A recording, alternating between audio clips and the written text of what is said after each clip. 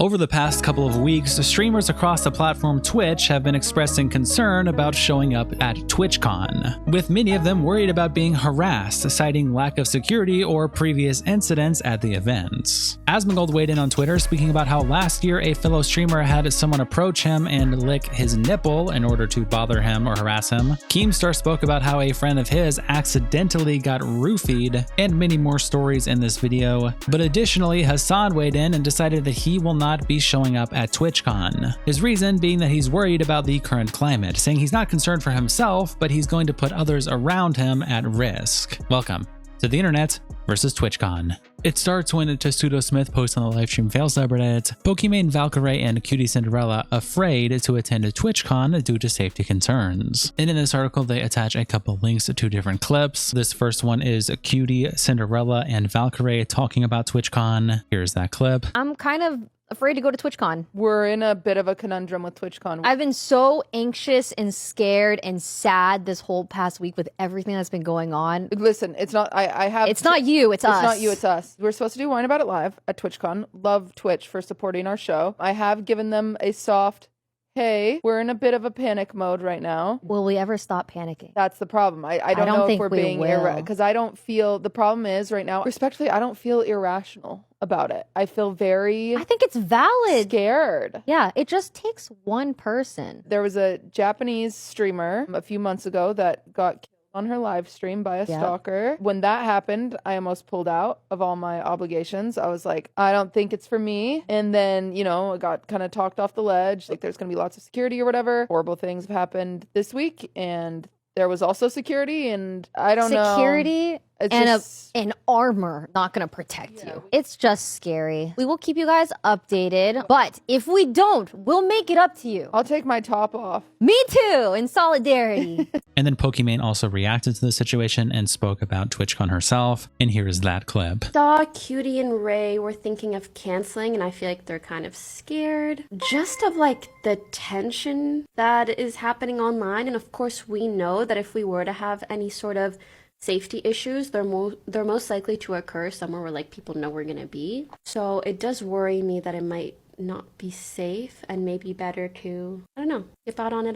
I think it's based, okay, here's the way I view it, especially with all the recent news surrounding Charlie Kirk. And of course, a lot of political talk happens on Twitter. And also for us, people like me, Ray, Cutie, other female streamers, the people who feel the most negative and most like passionately hateful towards us also tend to be on Twitter. And the streaming and Twitter community just have a lot of overlap. So sometimes it's just scary. And when you see that kind of negativity, you're like, do I want to tell people where I'm going to be in person? I actually don't know. I don't really like using Twitter too much because I don't, when I look at the replies, I'm like, who are these people talking to?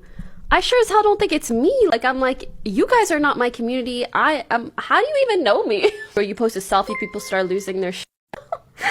And then when your actual community comments, they get flamed from toxic peeps. How do you care? How do you hate someone enough to hate on people who like the person? Then back over to livestream fail, Economy Meat replies to this post by saying, it makes sense. Given the current climate and Twitch's laughable security the last time when Kick streamers harassed a lot of streamers there. And Goldfish Muncher replies, people also seem to forget it wasn't that long ago when some nutcase tried to attack Valkyrae and others she was live streaming with. And Outcast says, didn't they serve alcohol by placing a shit ton of red solo cups on an open table for people to just grab too? That one stuck in my mind for being insanely stupid. Feller says, well, some dude literally licked Nick's nipple last time and didn't get banned or removed until like 6 hours later. As much as I dislike Nick, he doesn't deserve that. And just for context as to what this commenter's talking about with Nick's nipple, Corax later in the thread posts the clip, so we're just going to play that for you so you know what we're talking about. We'll see ya.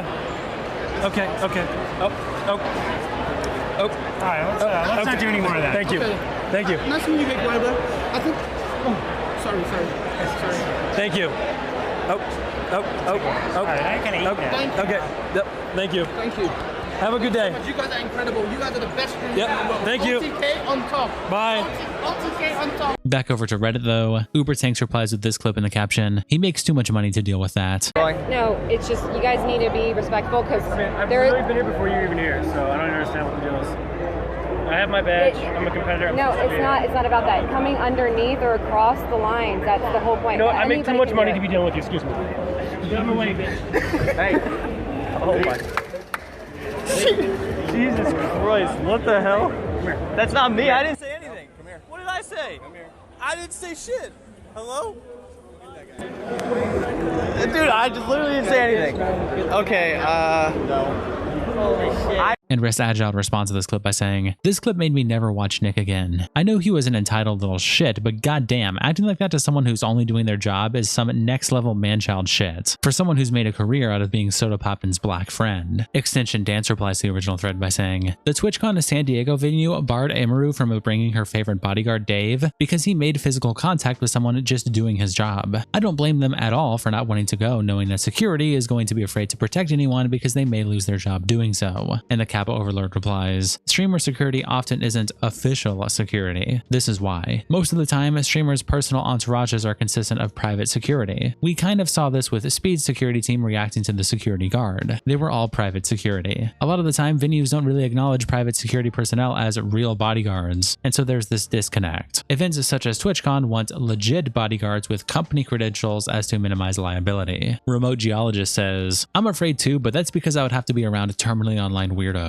And Dio My Senpai replies, "Mate, people that stay on this sub are the terminally online weirdos. I don't understand how the people of a community shit on that community. Whatever complaint you have about Twitch or TwitchCon, you are probably a part of it." And Rester replies, "Twitch is a bunch of terminally online weirdos." Guy who comments on various subreddits hourly for 16 hours straight. Yeet then tweets out that Dan Clancy himself responded to it by captioning it, "Dan Clancy responds to streamer safety concerns regarding TwitchCon. Says the platform has a zero tolerance policy." Attaching first the quotes from the clip we just looked at of QT and Valkyrae, and then this response that says, "I want to be very clear. We take security at our events like TwitchCon extremely seriously. Every year, we build on successful approaches to TwitchCon safety and security, particularly as we become aware of new or emerging security or safety challenges. We have teams focused on this year-round, including keeping creators and community members safe on Twitch or at TwitchCon. We have rules and standards regarding TwitchCon attendees, and we limit people who have been indefinitely suspended off service violations. They are not able to attend." And that's the end of the quote, but the article continues. Clancy went on to explain that TwitchCon has a zero tolerance policy for harassment and claimed he is taking care to make sure the event is as buttoned up as possible. Asmongold replies with the clip that we looked at earlier and captions it by saying, "Last year, Nmplol and Wake were SA'd by a streamer and Twitch didn't press charges or pursue any form of legal action against him. Here's the video of the incident. If I was a woman, I would never go to TwitchCon." Tectone replies to the post by saying, "I think I'll pass on going to HouthieCon." Madam Savvy says, "What a load of horse shit given their own staff are problematic. Plus, at least pre-pandemic, there were druggings at every event. The last one I went to, an official Twitch-sponsored party, had open served drinks. Cups of who knows what just sitting open full of alcohol. If they actually cared about safety, they would ask Hasan not to come and ban him due to his constant violent language." Tectone also makes a separate individual tweet about the situation where he says, "For anyone actually going to TwitchCon this year with the current climate of the world, if Twitch can't even moderate their own website, why do you think they can moderate an IRL event where documented attempted murders and SHs happened with no one suffering real consequences? Please proceed with caution, guys. To me and many others, it's really just not worth the risk anymore." And Nicholas Light replies, "I'm looking forward to the race/religion tier lists at TwitchCon. I might go to support my local terrorists." BS Warren says, "Reminder that Adriana Chechik broke her spine at TwitchCon a couple years ago because the foam pit wasn't padded right." Old Draggy replies to Tectone by saying, "Still safer than being around you or your dad." Keemstar also weighs in on the situation by tweeting out a video in the caption, "TwitchCon is not safe."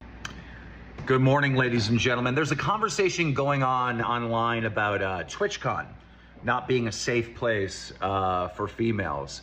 And you have multiple female creators that are saying they're not going to TwitchCon this year. Asmongold said if he was a female, he would never go to TwitchCon. And that's based on safety concerns that these people are bringing up. I mean, we've seen it throughout the years, like just sexual harassment and deviant things that happens at these TwitchCons. And I wanted to share a story that takes us all the way back to like 2013, 2014, because before Twitch came out with TwitchCon, they did a test run for their TwitchCon by having these massive parties attached to PAX East or PAX West. And in 2013, 2014, I don't remember the exact year, at PAX West in Seattle, they had this massive Twitch party. This ain't no little thing. There's like 1,000 people there. It's a big facility. It was massive. It was like a mini TwitchCon. And I attended that event, and I was there with Seattle's own Only Use Me Blade, which is an old school Call of Duty YouTuber with a drinking problem.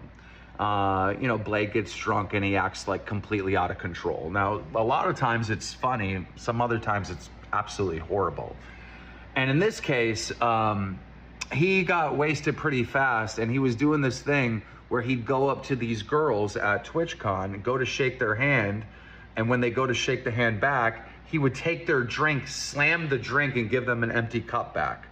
Now, most people just laughed because this is, you know, a Twitch party, it's open bar, the drinks didn't cost anything, and it was just like this funny thing, but definitely a dick move. Later that night, I couldn't find Blade. I Ubered back to my hotel, and the next morning, I found out Blade went to the hospital. And Blade didn't go to the hospital for drinking too much alcohol. Blade ended up in the hospital because he had multiple doses of roofies. He inadvertently, by being a jerk, saved a bunch of women from being date raped. So these things aren't safe.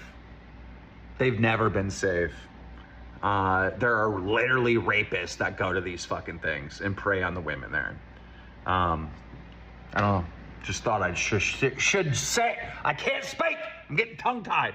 Made it all the way through this story without messing up what I was saying. But yeah, I just thought you guys should know that.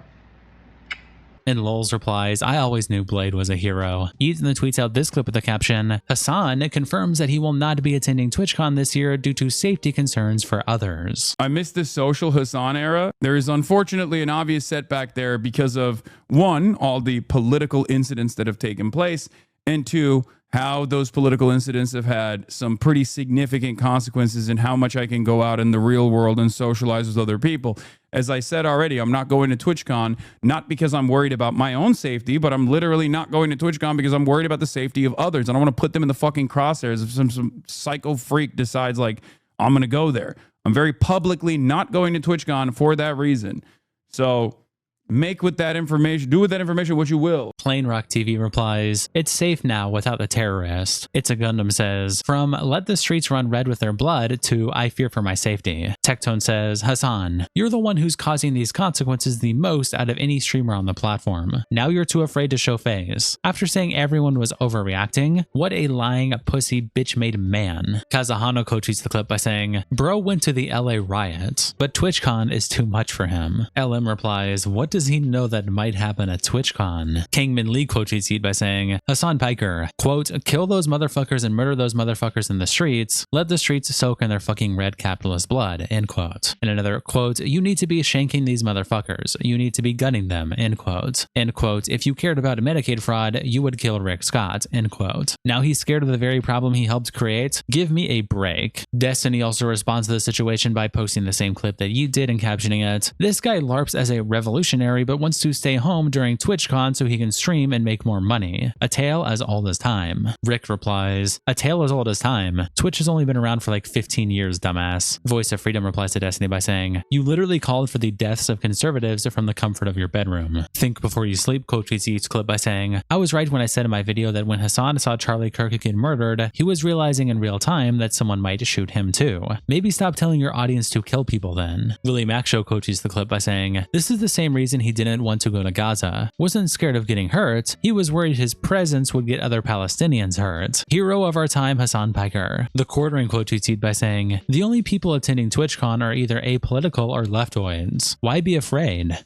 Oh. Legal Mindset quote tweeted by saying, once again, Hasan contributes to the problem and takes zero accountability for the consequences. Stunning and brave. Jimmy the Rib quote tweets the clip by saying, I wouldn't attend any cons if I was a streamer. You guys are fucking weird. Dixerto also makes a post about Hasan backing out of Twitch's San Diego event, and Tectone quote tweets it by saying, Hasan and people like Hasan have been pushing violent rhetoric and supporting terrorists for years. He knows the danger he has caused for others. He's now too afraid to face the very beast he's he's created. He knows if he live streams there, he'll broadcast his own audience that will be there, exposing the exact type of viewers he's creating, exposing the exact type of dangers he'd be bringing with him. This is not a noble act. This man is a coward. This man is delusional. And Twitch is a pathetic platform allowing this type of violent rhetoric to go on unpunished for years, nearly a decade. Pathetic. Over on LSF, Ignignoct also posted the Hasan clip with the caption, "Hasan will not be attending TwitchCon this year because he fears he may put himself and others in danger." And DogFB replies, "Whatever you think of Hasan, all it takes is one mentally ill person to do something. It's 100% a justified concern." And JFMTL87 says, "Agreed. Let's say he goes and innocent bystanders get hurt or killed on an assassination attempt on him. The same people hating on his decision not to go would berate him for egotistically putting others at risk just so that he could stroke his ego at TwitchCon, since he should have known that conservatives would attempt at his life." And Fisherman New replies, "There's a non-zero chance some of those hating on his decision to not go want to do harm to him." Random Witness says, "Makes sense in this political climate." And Okuma replies, "Makes sense just off how crazy last TwitchCon was with all the crazy kick streamers. Add on all the political stuff going on, 100% valid." And Universal replies, "Mike calls for revolution. A1 journalist Mansion Daddy is just thinking of the others' safety. Honestly, props to him for thinking of others before himself like he always does. It's pretty hard sitting in a mansion all day playing terrorist clips and getting paid for it." And Really Handsome Man replies, "Lamau, brother has not seen the outdoors in so long." And Universal says, "Unfortunately, people who work to live like me have to touch grass to survive. I wasn't born to parents like a traveling model and an executive at a company like Hasan was, and then gifted a career by my successful uncle. Hell, if I could LARP all day as a badass revolutionary to you idiots in my comfy mansion, I would too."